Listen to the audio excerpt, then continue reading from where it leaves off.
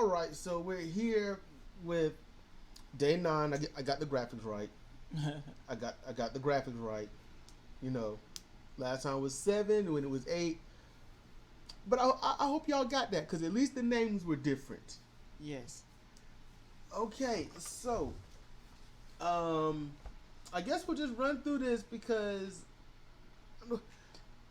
I felt day 9 was lackluster at points. very lackluster at a lot of points. Now hold up, I want to give this caveat, and I want y'all to understand it's not lackluster because of who is in it, and it's not lackluster because who wrestled who. That's not what makes a thing lackluster. Oh, this name isn't as big or something. No, what makes it lackluster is when they just don't perform well with each other. And that's not about a who, because you can get a little dude in there with a really big dude and still have an entertaining sort of long match depending upon how you work it. And some people just have more chemistry in the ring with others in comparison to others that don't. And some wrestlers generate chemistry where they get in the ring, doesn't matter who it is, it's going to be right. Yep. So we're going to run through this. Ibushi Kota versus Lance Archer. That was a really good match. It really was. They had great chemistry. Uh-huh. They fed off each other. They had emotion. Mm-hmm. They had moments. There was concern. Lance Archer busting out new moves. Yeah, they're both great wrestlers. I think Lance Archer's a great wrestler. Just had to have the opportunity to show it. Yes, and he's they both the are chance to show it. performers as well. So Yes. all those things meld together with each other. It was good.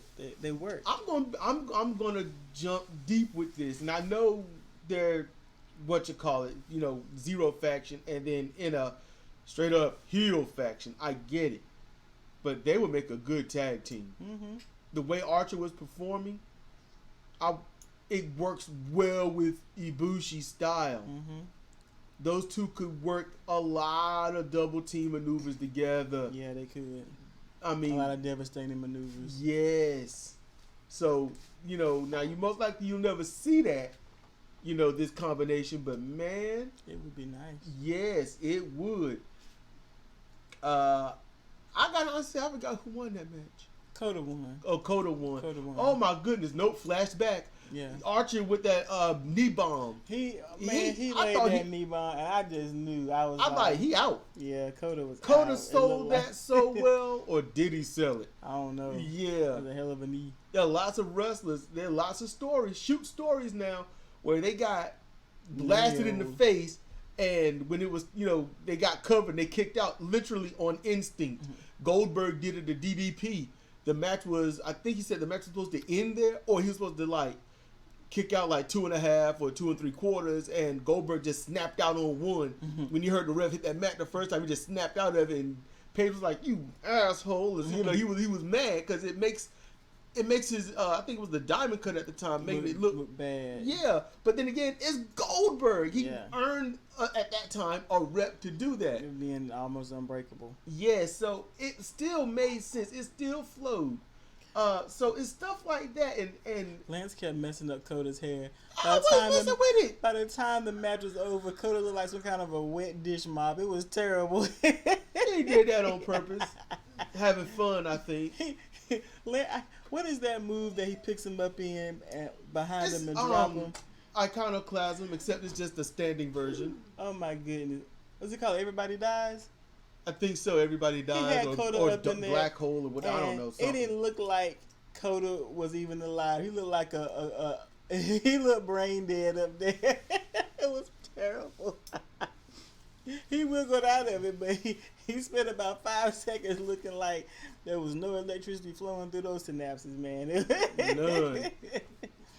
I like Lance Archer's ways. I think that by seeing this, I'm like, he should be winning more matches.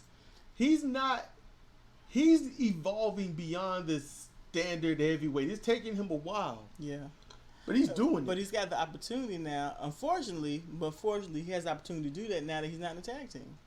Yeah, be able to show what he can do and would like to do. Yeah. And he might be doing this just to rebel against what they've done to Davey Boy Smith Jr. So who knows what's really going on behind the scenes? But this right here, what I'm seeing out of Archer, I'm liking it. Ibushi, he showed up a good bit. He showed up. Not great, but he showed up enough. What Ibushi is showing is that he can be devastating without having to flip and fly.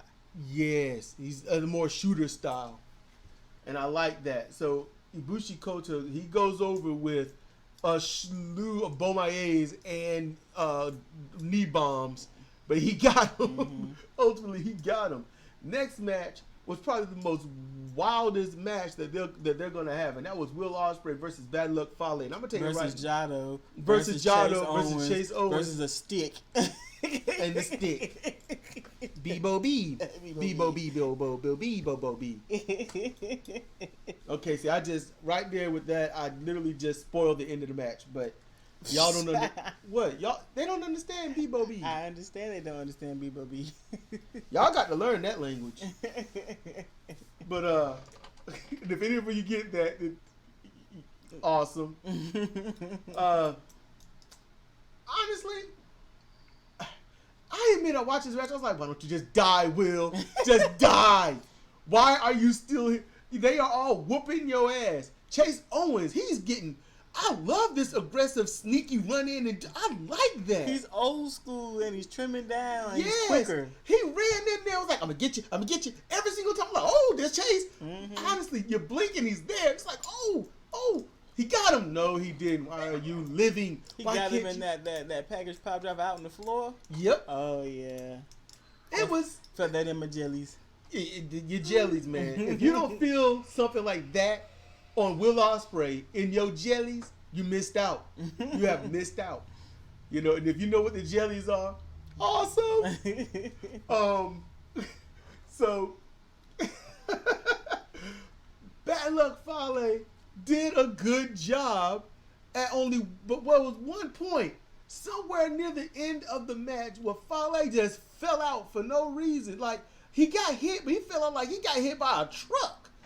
And I'm like, and you was like, what you fall out that for? Ain't nothing really happened to you. You was upset, and I didn't even see what had happened. So, if you want to know what's on the screen there, that's Humble Talent Wrestling. That's John Newby, and that was we did that earlier today, which is the day after day 9. Day 10 is up. Ring of Honor is up. We're gonna do Ring of Honor. We got stuff to do. Yeah. So we're behind because we just sleep schedules all jacked up. So after all of that, yes, finally, the end of the match came. That end came via Red Shoes, who won the match. Yeah, because they were fucking up little Marty. You know, Marty is like 2 feet tall. First of all Marty has to do is when someone goes for the pin, count. Yeah. He won't doing that. He was waiting for Ospreay to go for the pin before he would actually count something. Therefore, Marty Asami got a bit of what he deserved. Red Shoes come down there, and okay, wait a minute. What? You messing with me, aren't you? All right. Yes. Look. What you mean? Yes. Marty got launched into Will Ospreay. Yeah. No. See, that was a heel tactic by Fale. But you watch that match. Marty Asami kept count. Okay, we'll go for the pin. 1, 2, kick out or something. And then when Fale would go for the pin, that shit was annoying. He'd get on that 1, 2, and he slow as. I'm like. I was like, I ain't gonna say nothing. I'm gonna bring it up during the commentary. And then that match. And then he got drug out the ring onto his face twice. Yes. Thrown into Ospreay once. So he was kind of down, and Reg just had to come out there. He earned it. And Fale was going for the pin, and Red Shoes. He got in there. 1, 2. Fuck you! Throwing it out. He threw it out. Yep. Now, you know what? That wasn't because of what they was doing this match. Every damn time Red Shoes got a referee a Bad Luck Fale match, it turns into a fiasco, and Fale ends up throwing him around the ring. That was personal. Or he get drug out on his face. That was him getting payback, because every time Fale's ever been disqualified, Red Shoes has done it. I'm just waiting for Fale to just hit this turning point where it's like, you know, I want to be better. yes, and stop the. I wish he would retire the grenade. I think that shit is lame. It looks lame. Honestly, I would turn it into a choke slam lift into a lariat. I mean, he do better. Wouldn't that, honestly, y'all listen, wouldn't that be better if he picked him up and then just lariat his ass? Yeah, but it'd be better if he just grabbed him by the damn neck and just punched him in the fucking face and let him drop. I would approve that. More that damn grenade shit. Oh, yeah, punch his own thumb, so, because you don't want to just blast somebody in the face. Yeah, I'm just talking about the look at it. Yeah, just the look. You might want to blast somebody in the face. Yeah, You know? I've seen some people get blasted in the face. Can't tell what's going on in the back. Yeah, that's true. But yeah, that would look a big old potato in the face by that big dude. Yeah, that's a finisher. Big Show finish. Big Show with the slowest, most powerful punch in wrestling history. Oh, I don't even remember that. Because it was just that one. I'm like, your finisher can't be a straight punch when you have the ability to do that at any given point of the match. Every given point of the match, you've got a chance to blast somebody in the face. It's the setup that's far more important. That's one thing I never liked Big Show's finisher. You know, I didn't like the choke slam. Fine, powerbomb. Fine. When did he change his finisher? He always did the choke slam. He was a one-trick pony. Nope, he's done the powerbomb rare occasions. Let's see, choke slam, powerbomb. Not the sit-out powerbomb. It was like the kind of release one. Yeah, I know. At one point, the side buster was one of his finishers. It was almost like, because you would say, "Where's the scrap?" Because it's where we would see it. And I'd be like, "Oh, that's a Boss Man's finisher," because he would try to spin with it but never get a good rotation.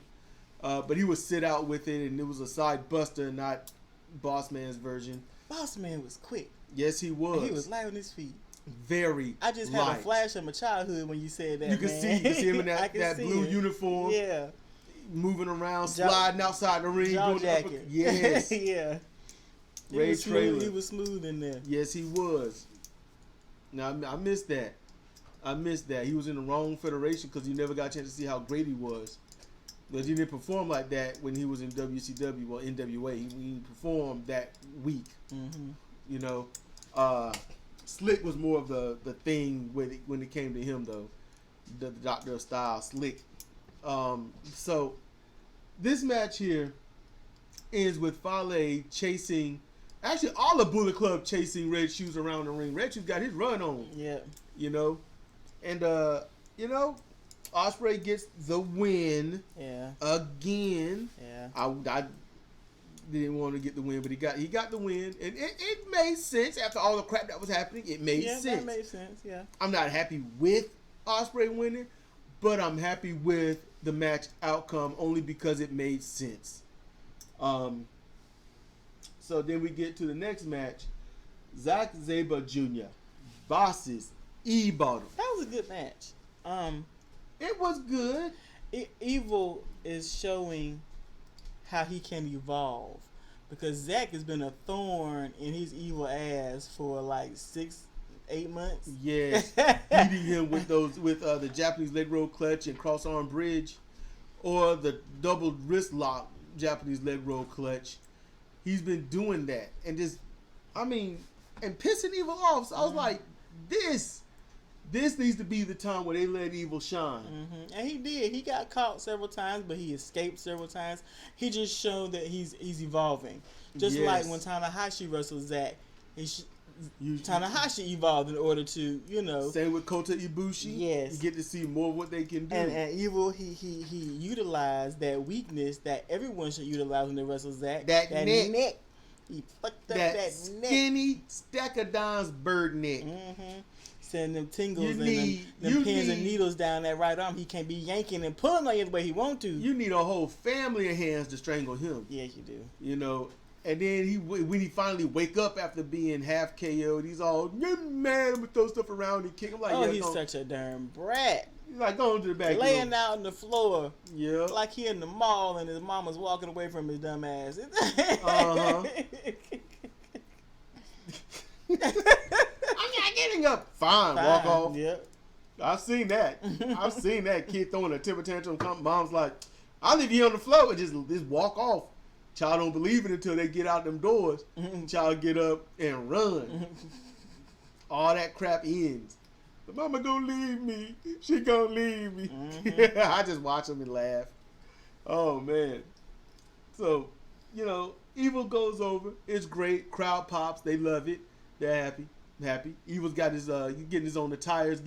They keep evolving. I wonder what we're gonna see next series. I'm a little curious.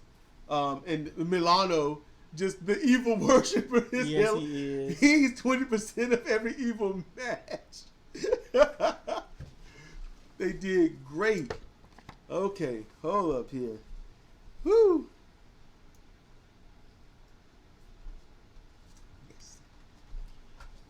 So, all right. Now, oh my goodness. Okay. So, next we get Sanada versus Tanahashi Hiroshi. So, that match, just looking at those names, my thought was, that's a main event. And that match, hold up now, that match was so easy 4-star. Got up to 4.5 star. Could have possibly, maybe, if they wanted to, they could have taken it up to a 5-star. It would have had to been about 10 minutes longer. But as soon as the way the match ended, I was like, that dropped to 3.5 quick. To me, It's just weird. It seemed like, okay, they were doing the moves, but there was just no oomph. It's like they were. It's like there was no beef, so it was like, okay, let's get in here and do it. And I'm not saying there's got to be beef, but I just don't like when a match is exciting and is great. They're going back and forth, and then the ending comes like, what? It just, I can't. I'm sorry, guys. I'm sorry. I can't thoroughly remember how. I know. Tanahashi beat Sanada with something. Yeah, that's how unmemorable it was. Just, and it was probably the high fly flow. That's all he usually finished with. Yeah, he did. It was, but it was just. How can I say this? There was no impact. It was like there was. I know the sound has been off for the G1 for us. Yeah. For us. I don't know if it's been like that for y'all, but it was just hitting with this. I'm just a heavy fly sound. It was weird. And I'm used to when Tanahashi hit. He hit. I'm not used to this. Yeah. And Sanada didn't sell that frog splash. It was like he got hit and he was just motionless. It was like, boom. He didn't even recognize he got landed on too much. And he just laid there, 3 count, and then he's done. He goes away. And it was weird. And honestly, Sanada can beat Tanahashi any day. He can dust Tanahashi any day. And I think knowing that made it kind of for me. Like, Sanada losing to Evil makes sense. Sanada losing to Sabre Jr. makes sense. Yeah. Sanada could lose to Coda. Did he lose to Coda? I think he beat Coda. I can't remember. Losing to Archer, that will make sense. Ospreay, no, would not, no. So, but Tanahashi, it's like, okay, I know Tanahashi can be able to beat Sanada. You go in their repertoire and what they can do in that ring. Yeah, it's just this night, both of them seemed off. Something, maybe y'all can help us out, because something just didn't seem right with either wrestler. Not that they didn't completely show up, because they didn't, but there was something extra. Like, they didn't have this, a certain energy a wrestler radiates or resonates when they're in that ring. There was no history. There was no animosity. There was no beef. Don't need it. But there was just nothing. Don't need any of that. Don't need him. I know you don't need it, but you don't need it. For a lot of wrestlers, you don't need it. But for them, I think it would have helped. It just felt empty. It just felt empty. It lacked emotional content. Yes. Huey Freeman. Mm-hmm. You lack emotional content. And yes, that's what they was lacking. It was just, but it's just more than the face. But as you calling it out, because physically and all that, just empty, no energy. You know, no energy. So Tanahashi Hiroshi goes over. Sonata just goes home. Then we get to the main event, which was the exact same thing. Okay, I knew this match was going to be this way when Okada got in the ring. He got in the ring, he got down the corner, and he had that look on his face like, I don't care. Like he was waiting for the bus. Like he was waiting for the bus to listen to the news on his iPod. When the match was honestly, y'all, when the match was getting started, she was like, "Oh shit," and I was sitting back here playing Minecraft. So I look up and I'm like, "What's wrong?" And she's like, "Okada ain't gonna do shit." And I was like, "What?" I was like, "Can they get like a collar and elbow tie up first?" Is what I was thinking. It's his and face. she was like, "He ain't have his beef bowl or something." And, Yeah, and I looked at his face and I said, "Oh shit!" Yeah, it was his face. It was like. It was just going through the motions. He knew what was going to happen, and he was just going through the motions. He didn't have... Who would he wrestle when he had... Who the fuck did he wrestle when he had some life in him? Okay. It was one of them up there. Will Ospreay was the last great match he had. Okay, it was... No beef, no animosity, no real story except for that match they had early this year or last year. And he's a teammate. He always performs better when he's wrestling somebody that is on his team. Kenta looked good. Kenta looked good, yeah. Kenta actually looked good. Kenta actually tried to show up until the end of the match. It didn't make sense. Kenta put on like 2 lariats that outdid Okada's finisher. Okada finally got the cross arm return lariat on, and it was just so like a shoulder knockdown. It looked so weak. Yeah.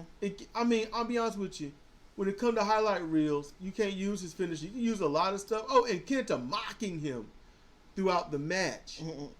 And then I thought to myself, the hell out. Even after he smacked the hell out of Okada, Okada wouldn't come up.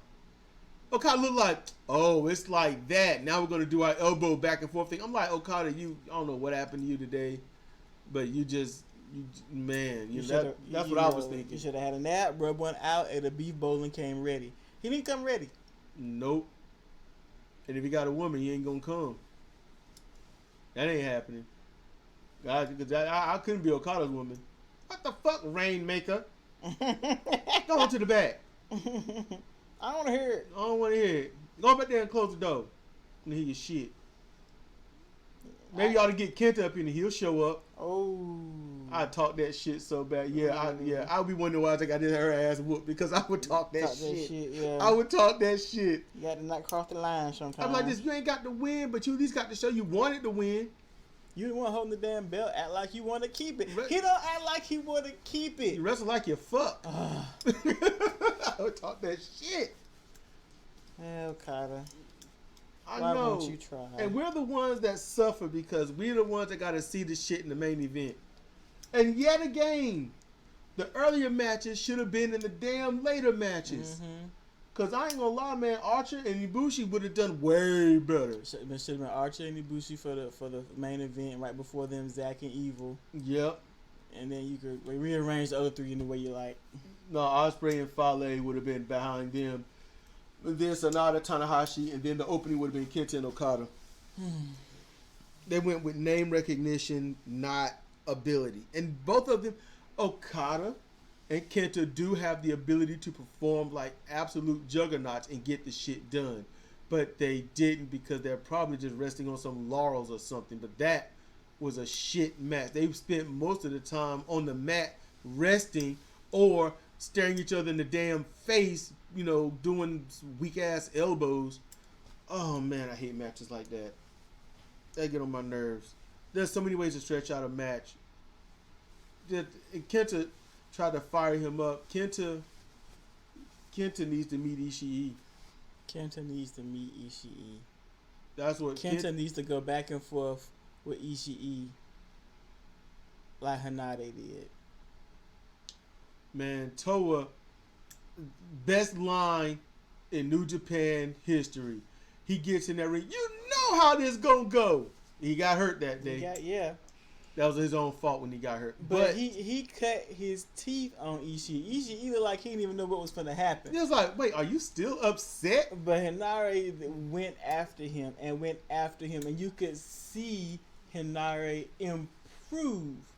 And it wasn't painful to watch. It wasn't painful to watch like when Evil Tanahashi did it. Oh, when Evil first came on and he was wrestling Tanahashi over and over again. Oh my goodness, it was like dragging your teeth across the floor. It was just terrible. Tanahashi's like, I'm never gonna come with it, but I'll do these matches, you know. And Ishii just, I felt bad for Ishii. Kenta needs to beef with Ishii for like a whole series, and then he'll probably be able to do what he got to do. Yeah, he needs to get reignited. I think that's that's what he's missing. The proper. Somebody need to put the right match to him. And a few series with an actual legit Shingo Takagi. Oh yeah.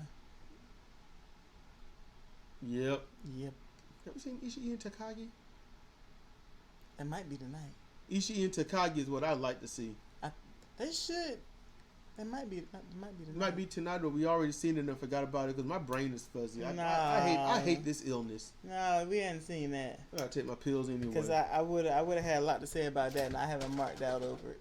I ain't marked out over it, so it ain't happened. Exactly. And if it did happen, then it didn't happen right. It didn't happen right. There we go. Shit. No water. I don't ever have water. And then when I do have water, I got no pills. Okay. Yeah, you ain't got any water because my app made me drink it all. Your app gotta go. Damn. Drinking up would keep us alive. What the hell?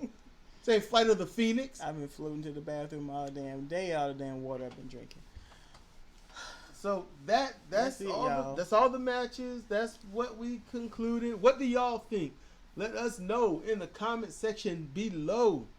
So this is Cedric Kennedy for Comparative Reasoning and CR Fire Pro, CR Fire Pro Rose, CR Wrestling Commentaries, and Cedric Owens for The Wicked Orchard. Check her out on YouTube. Check me out on my multiple YouTube areas using the same name. Not putting the links below because I'm lazy. I don't feel like doing shit. I just want to lay down and do nothing, but I can't do that because we got stuff to watch. So we can put stuff up for y'all to listen to and joust on us for if you want. But that's what we're doing. So thank you for watching. Thank you for listening. Thank you. Talk to you next time.